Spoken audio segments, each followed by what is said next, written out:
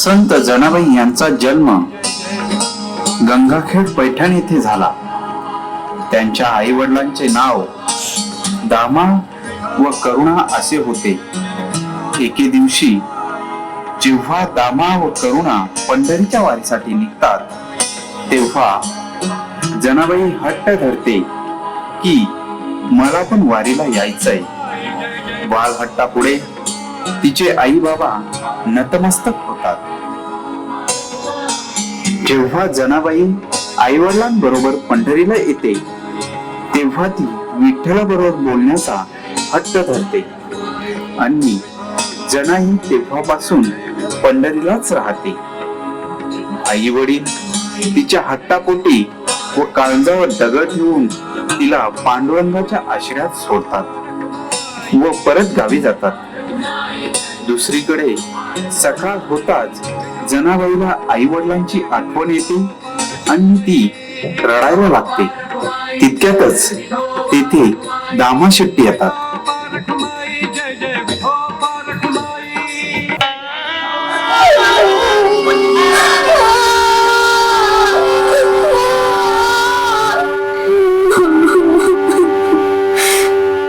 कोण रडतंय?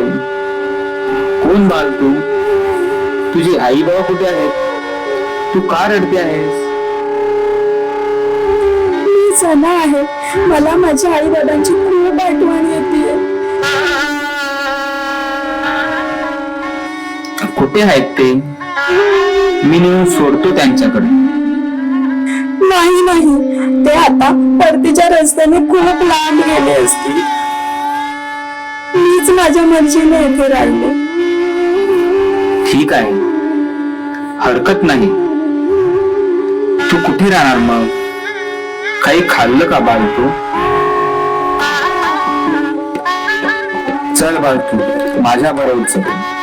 जसा माझा नाम्या तशी तू.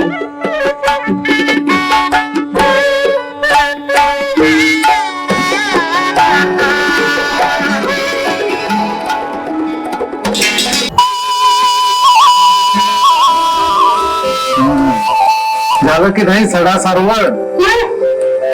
आमच्या आयुष्याला घरात ढेकभर माणसं आहे, बघाय का त्यांचा काही हातभार?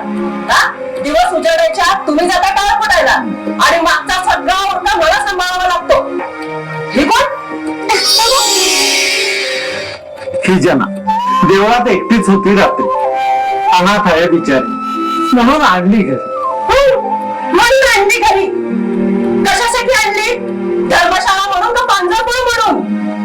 अहो काय बोलताय हे? आधीच घरात खाणारी तोंड चौदा, त्यात हिला कशाला आणली? अहो गवताच्या काडी एवढी ही, तिचं काय ओझं व्हायचंय आपल्याला? कोर चटकोर खाईल आपल्याला. कोण चटकोर? चांगली 4 भाकऱ्या खाणारी दिसते की मला ती? बरोबर, मला एकदम 4च भाकऱ्या लागतात बघ.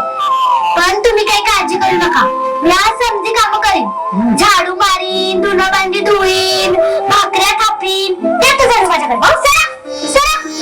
अहो, सरा सरा.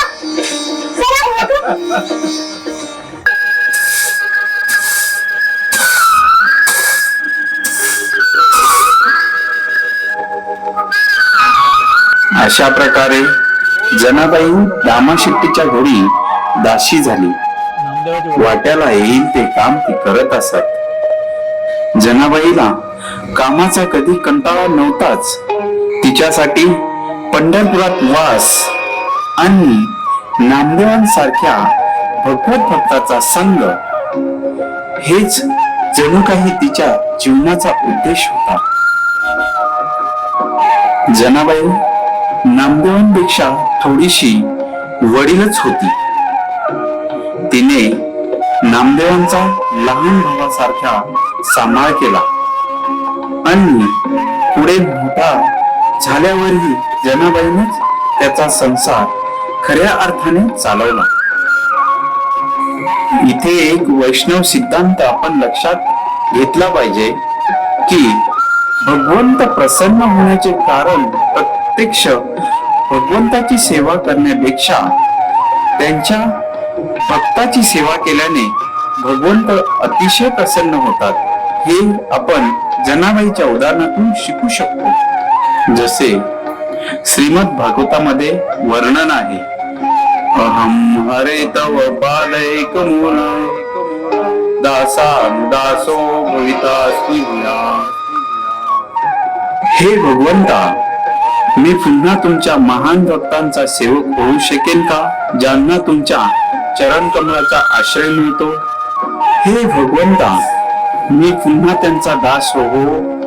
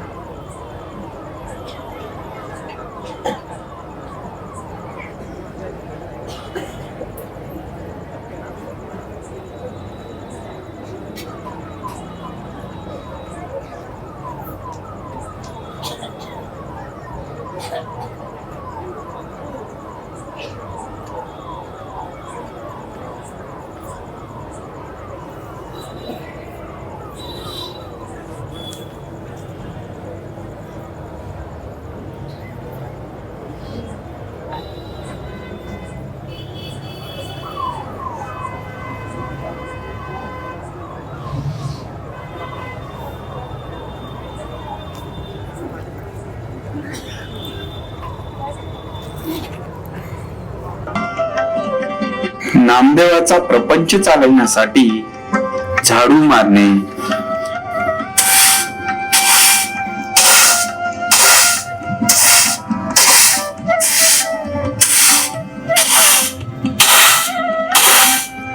पाणी वाहणे,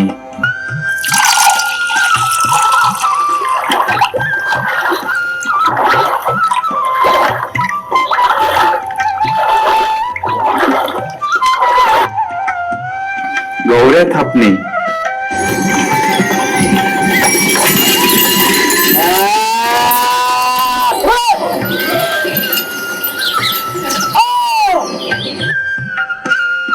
गवत आणणे,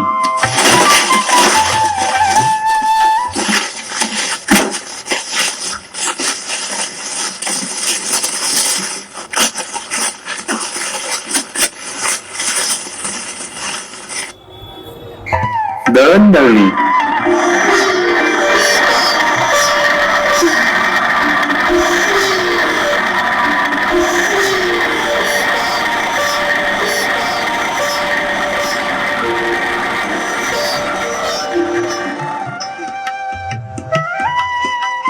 अशी अनेक कामे जनाबाई निरंतर करीत असे आणि मुखी गोड आवाजात नामस्मरण चालू असे.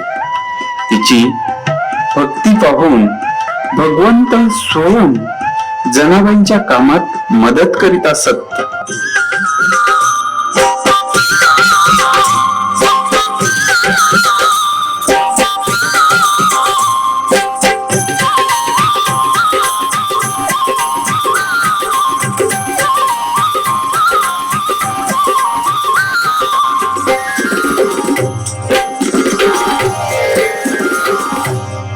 धरिला पंढरीचा चोर, धरिला पंढरीचा चोर, धरिला पंढरीचा चोर, गळा बांधून या डोर, धरिला पंढरीचा चोर, गळा बांधून या डोर,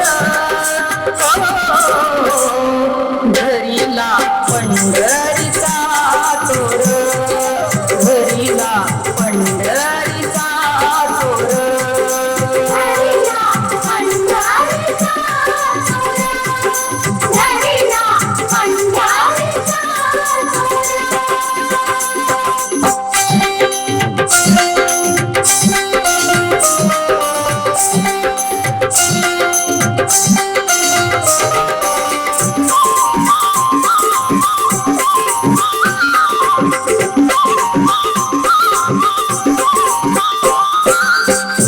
हृदय बंदी खाना केला, हृदय बंदी खाना केला,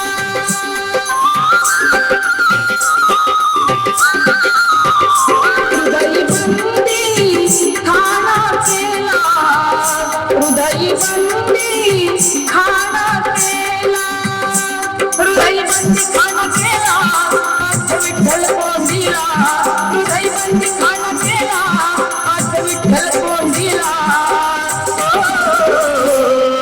घरीला पंढरीचा चोर घरीला पंढरीचा चोर घरीला पंढरीचा चोर घरीला पंढरीचा चोर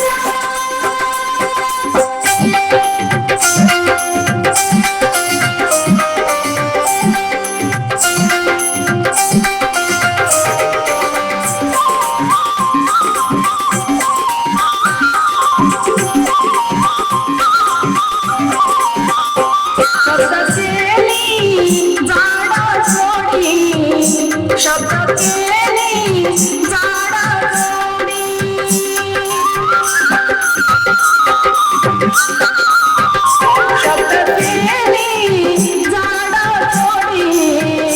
शब्द केली झाडा जोडी शब्द केली झाडा जोडी विठ्ठल पायी घातल बेडी शब्द केली झाडा जोडी विठ्ठल पायी घातल बेडी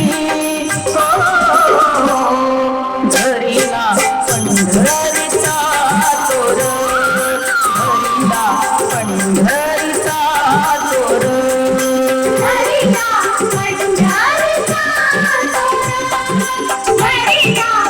पंढरीचा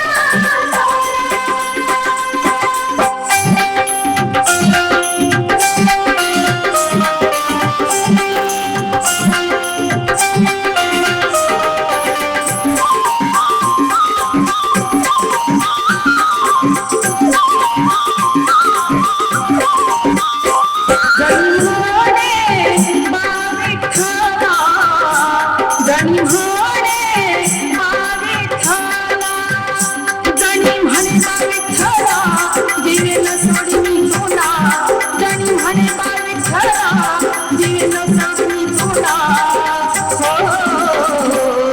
घरीला पंढरीचा चोर घरीला पंढरीचा चोर घरीला पंढरीचा चोर घरीला पंढरीचा चोर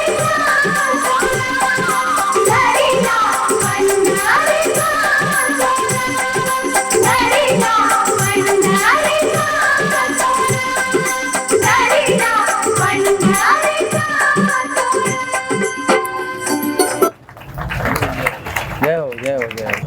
स्वतः जनाबाईशी बोलतात, तिला कामात मदत करतात. ही ख्याती सर्वत्र पसरली आणि तिला भेटण्यासाठी काशीहून संत कबीर संत ज्ञानदेवांबरोबर पंढरपूरला नामदेव महाराजांच्या घरी आले.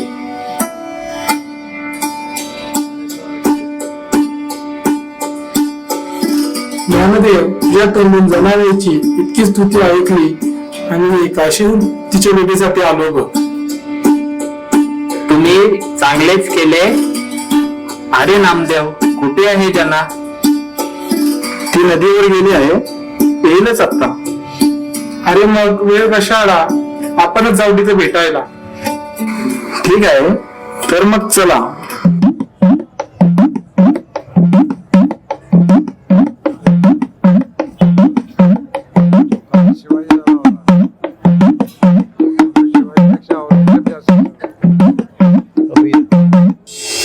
काय ग, काय करतेस?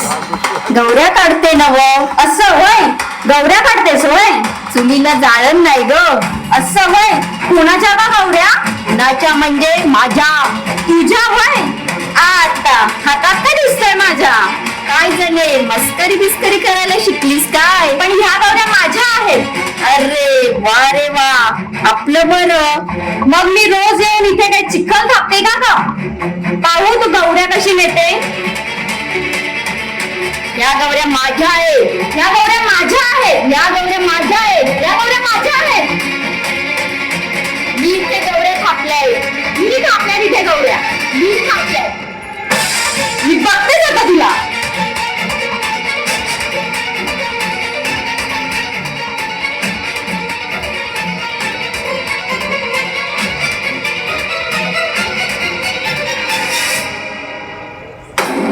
कोण जनाबाई आहे इथे? ती काय समोर? ही भंडारी बाई? होय, मीच आहे जनाबाई. अरे अरे अरे अरे, असे भांडता का बरे? ज्यांच्या त्यांच्या गौऱ्या ज्यांनी त्यांनी घेऊन जा. मी तेच म्हणते, पण ह्यात जास्त गौऱ्या माझ्या आहेत आणि ही खुशाल घेऊन चालली. बर जनाबाई, तू तुझ्या गौऱ्या कशा ओळखणार?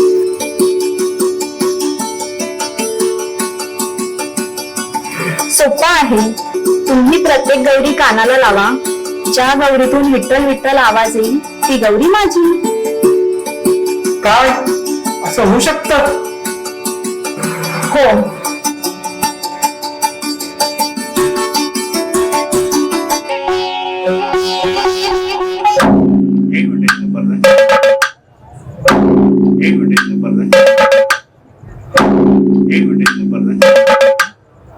विठ्ठल विठ्ठल विठ्ठल.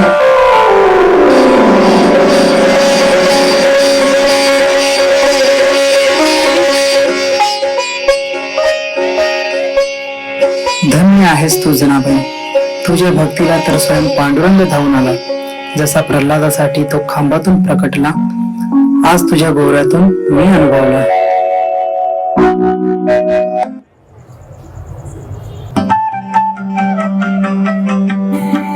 नामदेव आणि जनाबाई या दोघांचेही चरित्र भिन्न करणं शक्य नाही. नामदेवाशिवाय जनाबाई नाही आणि जनाबाई शिवाय नामदेवाचं अस्तित्व नाही. अशा प्रकारे गुरु शिष्याचं नातं असलेलं हे सुंदर चरित्र आपल्या समोर मांडत आहोत. दामा शेट्टींनी आपल्याला परमार्थ आणि प्रपंच दोन्हीमध्ये समोर साधून परमार्थ साधला. पण नामदेवाचं पारडं परमार्थाकडे जास्त झुकलेलं होतं. त्यामुळे त्यांचं प्रपंचाकडे दुर्लक्ष झाले. नामदेव महाराज सतत कीर्तनात दंग असत. घरात 18 विश्वे दारिद्र्य. अशा परिस्थितीमध्ये जनाबाईनेच त्यांच्या बायको मुलांना घरातील प्रत्येक बारीक सारीक कामे करून, इतकंच काय दुसऱ्याची दळण दळून नामदेवांचा संसार चालवला. यालाच म्हणतात खरा वैष्णव सदाचार किंवा वैष्णव सेवा.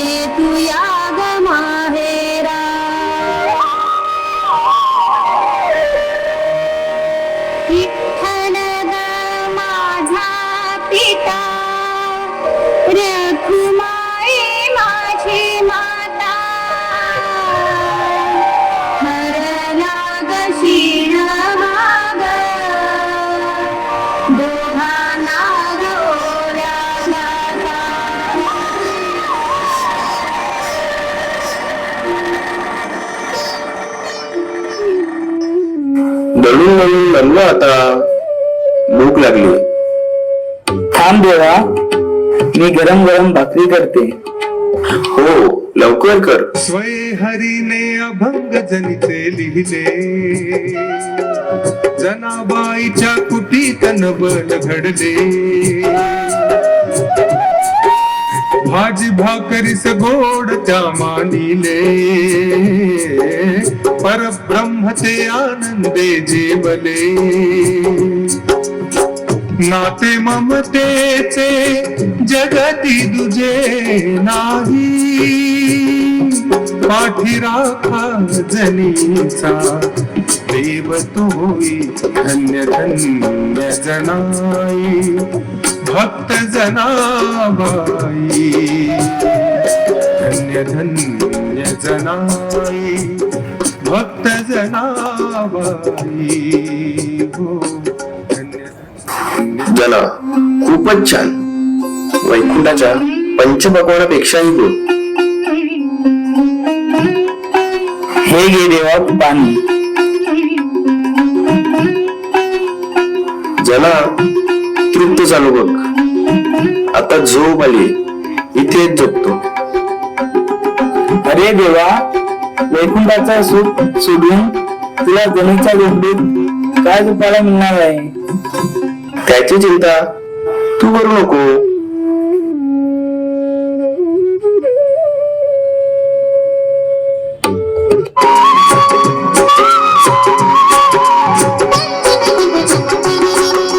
द्वारकेचा राणा तोच, पांडुरंग तो पंढरीत.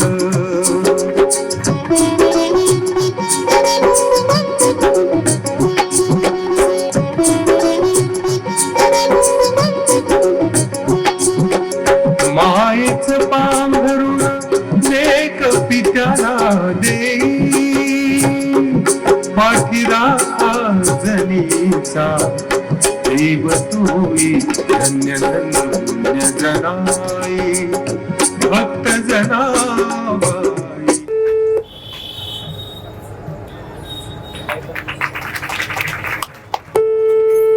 पहाटे श्री विठ्ठल काकड आरतीसाठी लवकर निघून जातात.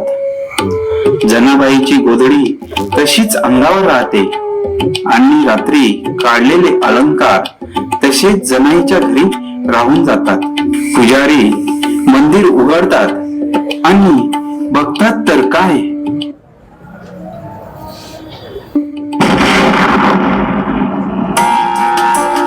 अहो घात झाला, घात झाला. कुणीतरी देवाचे दागिने चोरले. खरंच की. आणि गोधडी कुणाची? वाटतं गडबडीत चोर गोधडी इथेच ठेवून गेला. कुणाला माहित आहे का ही गोधडी कुणाची आहे? अहो पुजारी काका, ही विठ्ठल विठ्ठल लिहिलेली गोधडी जनाईची, दुसरी कुणाची? अच्छा, तर मग त्या भिकाडीने चोरले असतील देवाचे दागिने. चला तर मग पंचांना घेऊन जनीच्या घरी जे का असेल ते सोक्ष मोक्ष होईल. चला चला. ही बातमी वन्यासारखी गावात पसरते व पंच देखील रस्त्यातच भेटतात. त्यांना घेऊन पुजारी जनाईच्या घरी येतात. जने, सांग कुठे ठेवले आहेस देवाचे दागिने? देवाचे दागिने मी कशाला घेऊ? मला काहीच माहित नाही, मी नाही घेतले.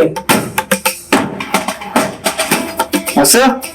मग तुझी ही गोधडी देवाच्या अंगावर कशी आली आणि दागिने कुठे गेले? पंच, झडती घ्या आणि दागिने शोधून योग्य ती शिक्षा द्या. थांबा थांबा, जनाबाई असं काही करू शकेल असं मला वाटत नाही. तुमचा काहीतरी गैरसमज झाला असेल. अहो महाराज, पुरावा सापडला आहे. ही बघा गोधडी देवाच्या अंगावर सापडली आणि ती जनेची आहे अशी तिने कबुली दिली आहे. जना, जे असेल ते खरं सांग. हे पहा दागिने इथे सापडले. आता पंचायत जो निर्णय घेईल त्याला जनाबाईला स्वीकारावेच लागेल. सर्व पंचांनी मिळून एकमताने हा निर्णय घेतला आहे की जनाबाईने देवाचे दागिने चोरून मोठा अपराध केला आहे, म्हणून तिला सुनावर देण्याचे आदेश देत आहोत.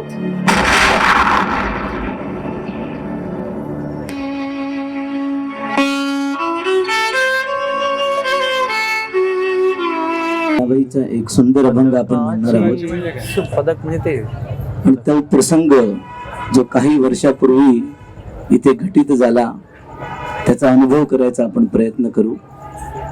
जनाबाई भगवंताला आळवणी करत आहे आणि म्हणते, जनी बोलते नाही केली पदकाची चोरी, पदकाची चोरी, विठ्ठला दावत येलव करी, विठ्ठला दावत येलव करी, विठ्ठला दावत येलव करी, लव करी. जनी बोलते नाही केली, जनी बोलते नाही केली पदकाची चोरी, पदकाची चोरी, विठ्ठला दावत येलव करी, विठ्ठला दावत येलव करी, विठ्ठला दावत येलव करी, लव करी.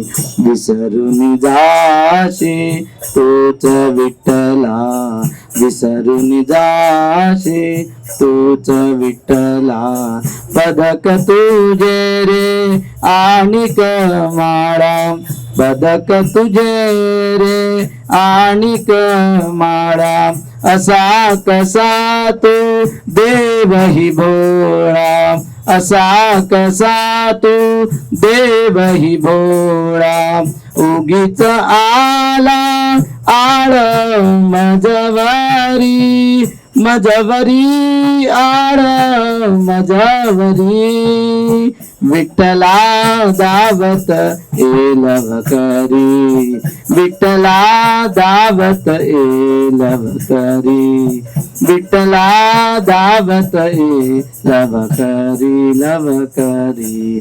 काय करू मी सांग विठ्ठला, काय करू मी सांग विठ्ठला, चोर समजूनी चढती मजला, चोर समजूनी चढती मजला, लोखंडाचा सूड रोविला, लोखंडाचा सूड रोविला, गळ्या भोवती पडेलही दोरी, पडेलही दोरी, विठ्ठला दावत येलव करी, विठ्ठला दावत येलव करी, विठ्ठला दावत येलव करी, लव करी. भय नाही रे मज मरणाचे, भय नाही रे मज मरणाचे, घडेल दर्शन वैकुंठाचे, घडेल दर्शन वैकुंठाचे, सत्य कळावे पण चोरीचे, सत्य कळावे पण चोरीचे, त्याच्यासाठी दाव श्रीहरी, श्रीहरी दाव श्रीहरी, त्याच्यासाठी दाव श्रीहरी, श्रीहरी दाव श्रीहरी, विठ्ठला दावत येलव करी, विठ्ठला दावत येलव करी, विठ्ठला दावत येलव करी, लव करी.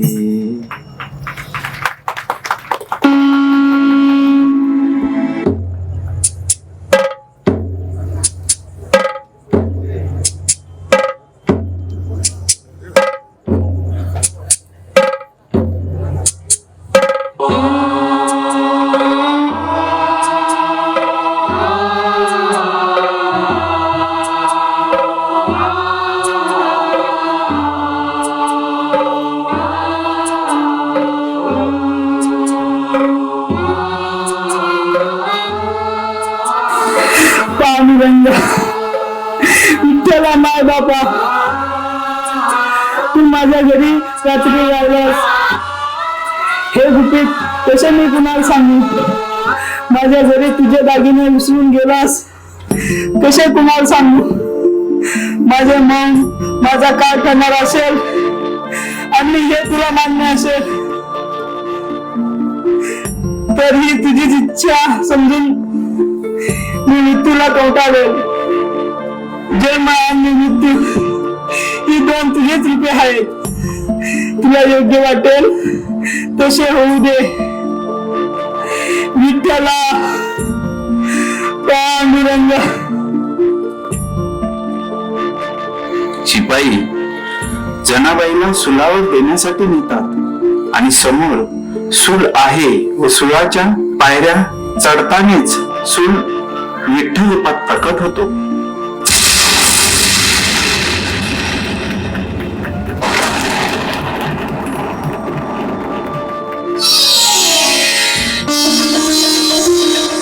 जनाबाई निर्दोष आहे, निर्दोष आहे. ती दागिने तुझ्या घरी विसरू होते, तुझ्या घरी तिला तिला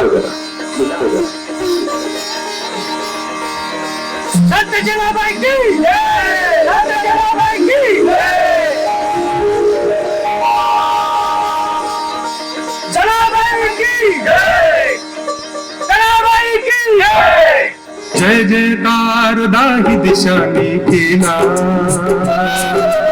अधिकार तिचा विश्वाने जाणिला.